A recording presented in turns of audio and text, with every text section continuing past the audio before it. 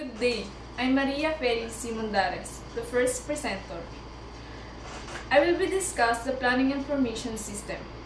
So, ito yung mga kinukonsider or yung parang importante para sa pagpaplano ng information system. First is enterprise IS gaining in popularity. Next, high risk involved in implementation. The third one is successful integration of system vital. The fourth, planning of IS necessary. And the last but not the least is align IS and organizational strategies. So matapos nating malaman yung mga kinonsider para magplano ng isang information system, pumunta na tayo sa steps ng information system.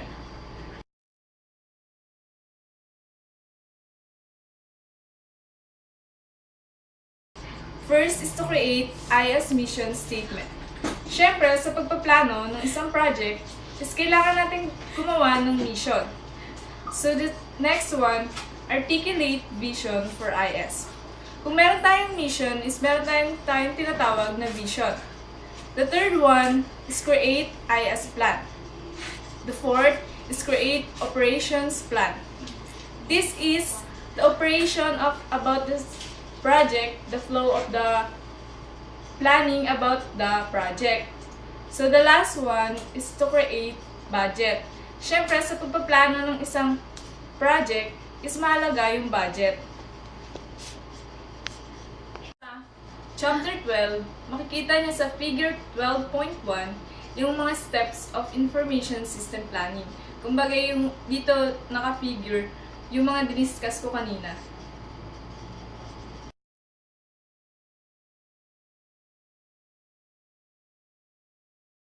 Of planning information system.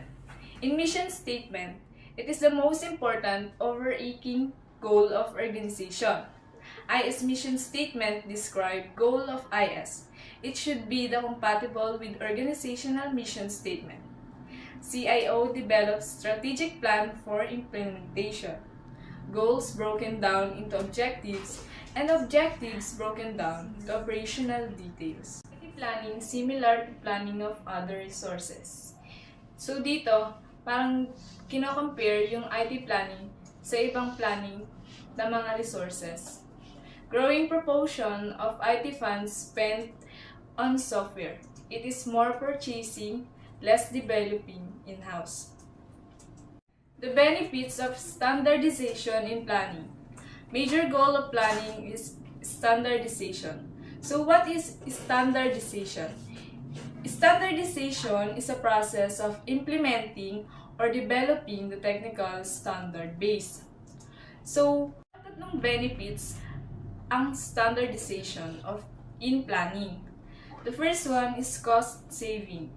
It is better bargaining power and applies to hardware and software. Kumbaga dito sa cost saving, makaka-save ka ng money nyo or yung budget sa isang project. Kung hindi kayo paulit-ulit sa pagpaplano kung ano yung gagawin, o paulit-ulit sa pagbili ng mga gamit na kailangan nyo sa isang project. The second one is efficient training. It is smaller variety of software. And the last one is efficient support. It is more specialization.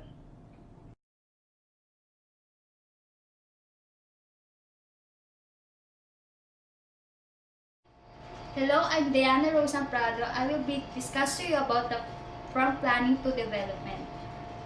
After planning, this is how to obtain system. Usually software. Approaches to systems development universal that compose of two approaches. One is system development life cycle or SDLC and non-traditional methods. Next is agile methods, more efficient. And last is prototyping fast development of application based on initial requirements. Next, the system development life cycle is a large IS conceived with systems or systems development life cycle, or also known as SDLC. SDLC, also known as waterfall development, that consists of sequential phases. Organizations sometimes take shortcuts. There are four major phases. One is analysis, design, implementation, and support. As you can see in the figure 12.2, there is a diagram of the system development life cycle.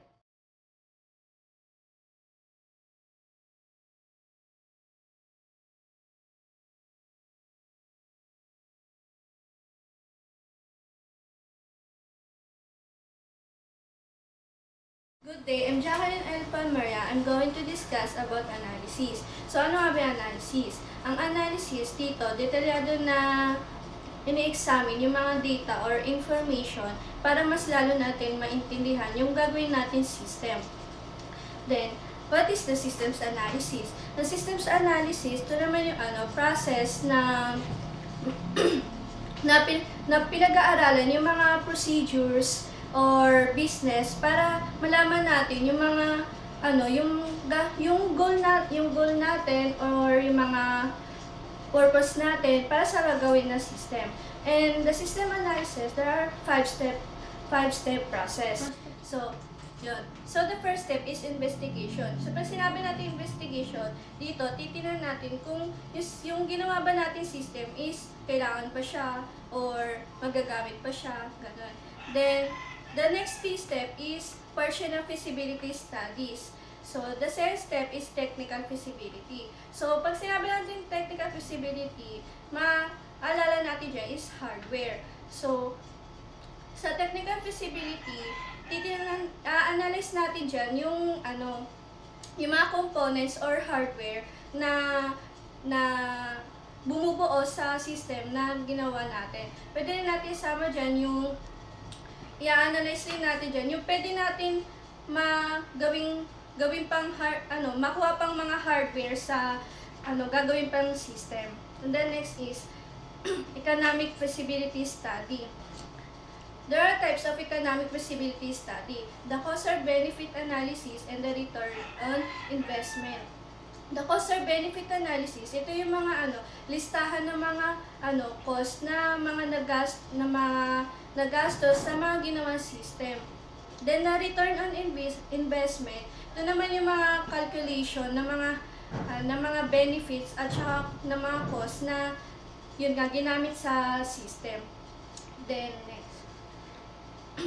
Yan, as you can see, pinapakita dyan yung estimated benefits and cost of an IS. The fourth step is operational feasibility study. The operational feasibility study, dito, didetermine natin kung paano ba gamitin yung nagawa natin system. Then, operational feasibility study is sa organizational culture. Organizational culture is a general tone of corporate environment. Why? Kasi yung organization, pag sinabing organizational culture, andito na yung organizational expectation, then yung organizational experience, tapos yung value and the philosophy. And syempre, system, dapat compatible siya with culture. And the last step is the mali. Okay. Last na. Kasi Sabi mo yung last step in the last step. Or the last step na. And the last step is requirement definition. Dito, i-analyze na natin, diba nag-a-analyze tayo, na-analyze na natin dito yung mga function na pwede pang idagdag, yung mga kailangan pa sa gagawin nating system. And yun lang po. Thank you.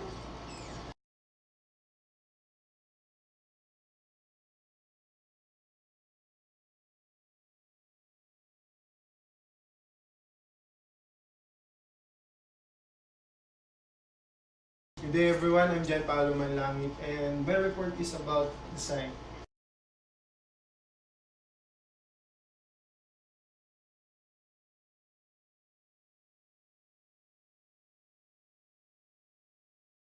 So, the second step in system development is design. There are 3 steps in making a system design. So, the first one is the description, the second one is the construction, and then testing.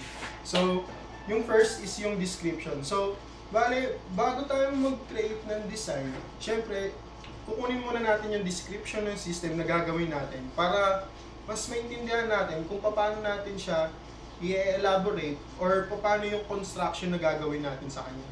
Then, doon na nga papasok yung construction. Once na nakuha na natin lahat ng description and then nailatag na natin siya, then yun na nga, yung construction na yung mga pinaka magiging step na susunod para dun sa system design. Then yung third is yung testing. So, syempre, pagkatapos nating magkaroon ng description about dun sa system design natin and then yung construction, doon na papasok yung testing kung okay ba yung nagawa nating system. So, after that, the next is, there are things to consider about the designing a system. So, first is, there's also things to consider in designing a system. That one is the symbol used to communicate ideas or yung mga symbols na ginagamit natin. So, bakit nga ba dapat natin i-consider yung mga bagay na yun? Kasi, once na gumawa tayo ng system, kapag nagde-design tayo, mas kailangan natin gumamit ng simbolo para mas maintindihan ng mga other users o yung mga ibang user na hindi nakakaintindi ng mga IT-related na pinag-uusapan natin. So, this visual information grasp more quickly. Kasi nga naman, simula nga naman nung pagkabata tayo, syempre tinuturuan tayo more on sa symbol muna bago tayo matuto nung kung ano-ano pa yung mga ginagawa natin bago yun. So, the next is data flow diagram. So, ano nga ba yung data flow diagram? Data flow diagram describes flow of the data. Dito natin makikita kung saan nagpupunta yung mga data natin, kung saan nanggagaling from external entities, processes, data stores, and direction of the data flow. Yun na nga, simula sa pinanggagalingan ng data, papunta sa storeroom or yung repository ng mga data na maandar doon sa loob ng ating system.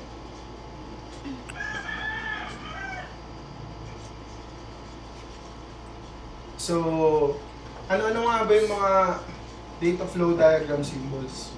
Yung mga DFD symbols natin is yung external entities, ito yung external individuals tsaka groups, processes or events na nag-exchange ng data, tsaka yung mga data na nai-store, and yung resting data. Tsaka yung data flow direction that moves. So, yung mga maandar o gumagalaw ng mga data. So, sinasabi din sa system design na simplicity of DFD or simplicity of the data flow diagram is an advantage. Bakit nga ba sinabing advantage ang simplicity of data flow diagram? Dahil once na mas simple at mas naiintindihan ng mabilis ang data flow diagram natin, mas maganda siya at mas effective siya.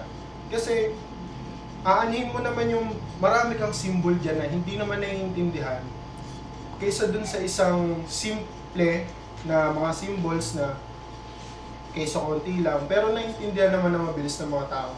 So, data flow diagram is suitable for describing non-computer based information system. It is also, data flow diagram cannot describe system completely. Bakit nga ba? Kasi, syempre, ang pinag-uusapan lang naman sa data flow diagram is yung flow ng data dun sa may system. The next is Unified Modeling Language. So, Unified Modeling Language is a standard for diagramming. So, ano nga ba mga ginagawa nito? Tumutulong to sa mga developers para makapag-communicate sa features ng system, then makapag-provide ng standard symbol and notations na naglalaman ng mga diagrams na nagde-describe dun sa software. So, ano-ano nga ba yung mga klase ng Unified Modeling Language? Una, meron tayong use case, class, interaction, state, activity, physical components. And yun na nga. Pagpapatuloy natin, dun tayo sa construction. So kanina, napag-usapan na natin yung construction. Mostly yung construction kasi, dito pumapasok yung mga developers or yung programming. Kasi dito sa construction, binubuo na natin yung mga data, na nag-gather natin, and then pinagsasama-sama na natin siya para makagawa tayo ng isang mas reliable na information. Then, minsan umabot to ng months to year, depende na lang doon sa gumagawa or yung ginagawang system kung gaano kalaki ito, gaano kalawak ang natatamaan ng system natin. So, yung testing na ginagawa para ma-complete yung mga module is yung walkthrough, logic o program, then simulation of actual program execution. So, yun yung mga ginagawa natin para matapos natin yung or matest natin yung mga yun para ma-complete natin yung mga modules. So, yung system testing, ito na yung parang pinaka beta test. So, tinetest natin yung buong integrated system kung nagawa ba natin yung pagbabago, yung update, yung evolution, or kung ano pa man yun.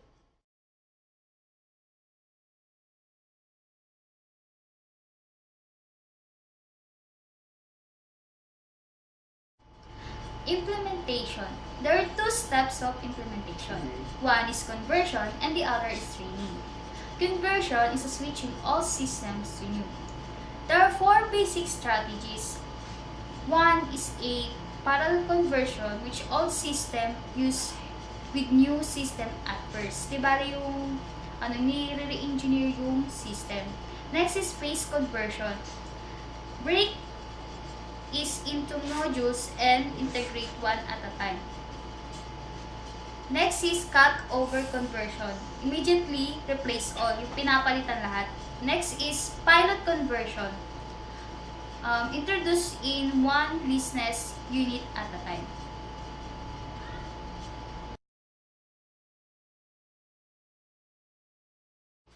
The next is support.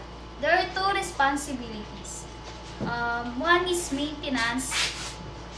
All about post-implementation debugging, updates, and adding postponed features. Next is user help, and last is longest phase of system life cycle. Good day, I am John Lee Sulod, and the topic I am going to discuss right now is all about Agile method. So, first, let's define what is Agile method.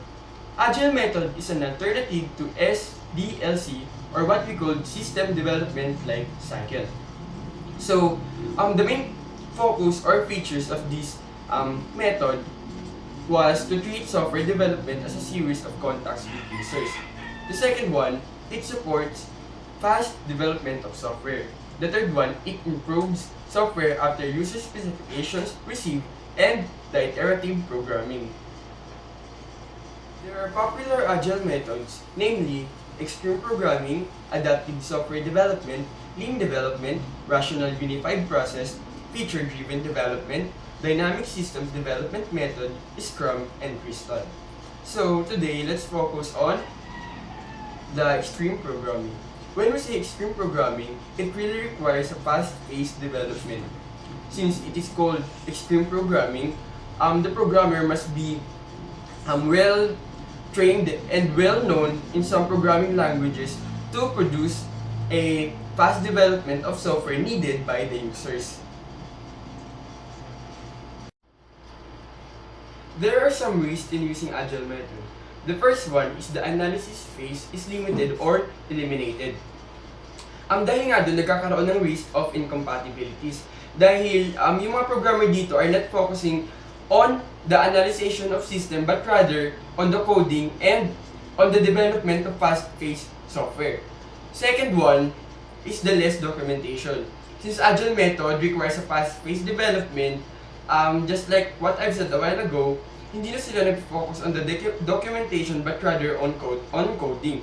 So the manifesto for Agile software development is they prioritizes individuals and interaction over processes.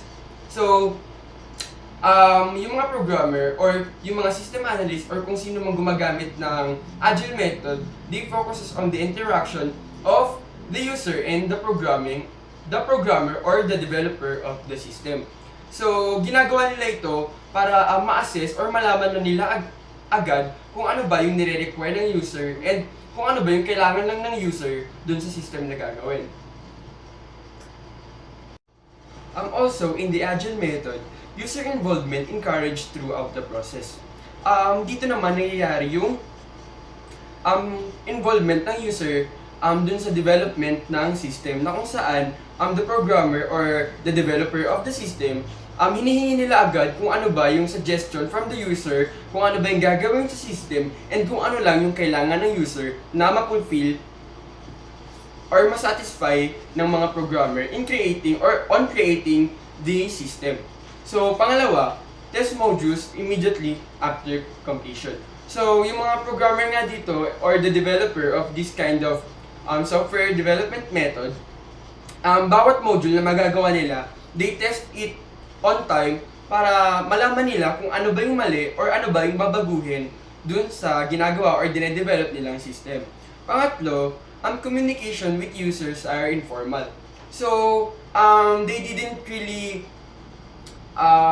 prioritize the formal communication since kailangan nila yung kung ano ba or kung hanggang saan lang yung alam ng user or kung ano lang ba yung kailangan ng user na ipagawa sa system nila.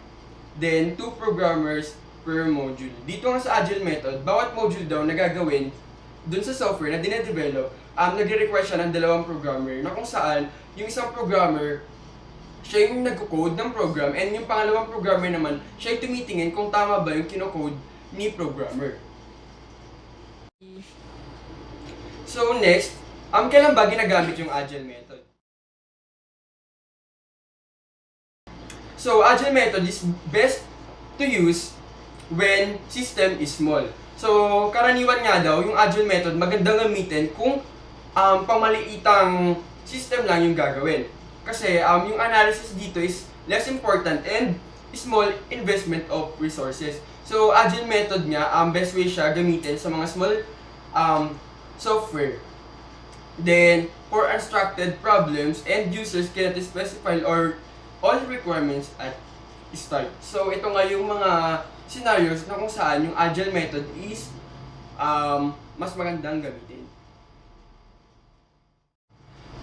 When not to use Agile method.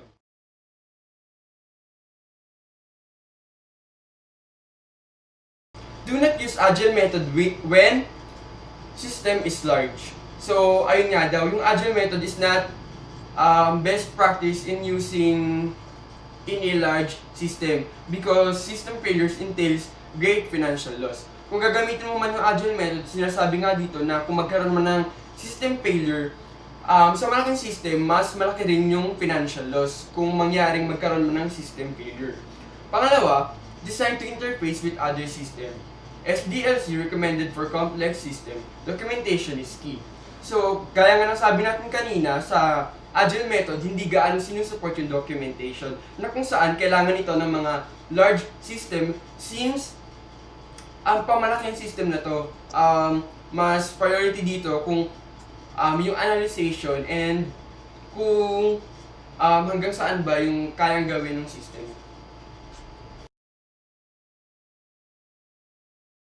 So, dun naman sa system integration, when we say system integration, combine disparate systems. So, dito naman pumapasok yung pagko-combine ng iba't ibang system to create a system na kung saan makakatulong sa pangangailangan ng mga user.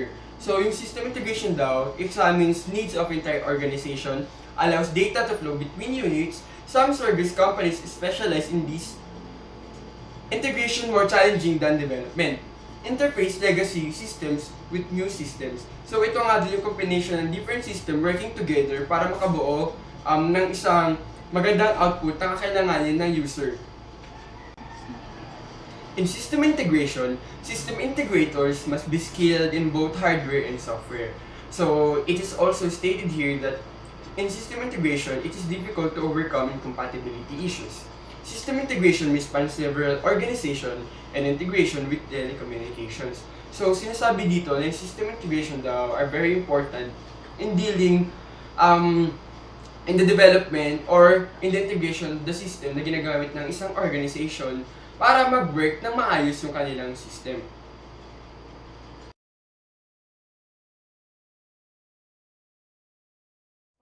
We will be going to summarize our topic. IT planning is important because of high investment rate. Standardization important part of IT planning. Systems development life cycle or SDLC has well-defined phases. Purpose of systems analysis is to determine needs the system will satisfy. Continuation of summary.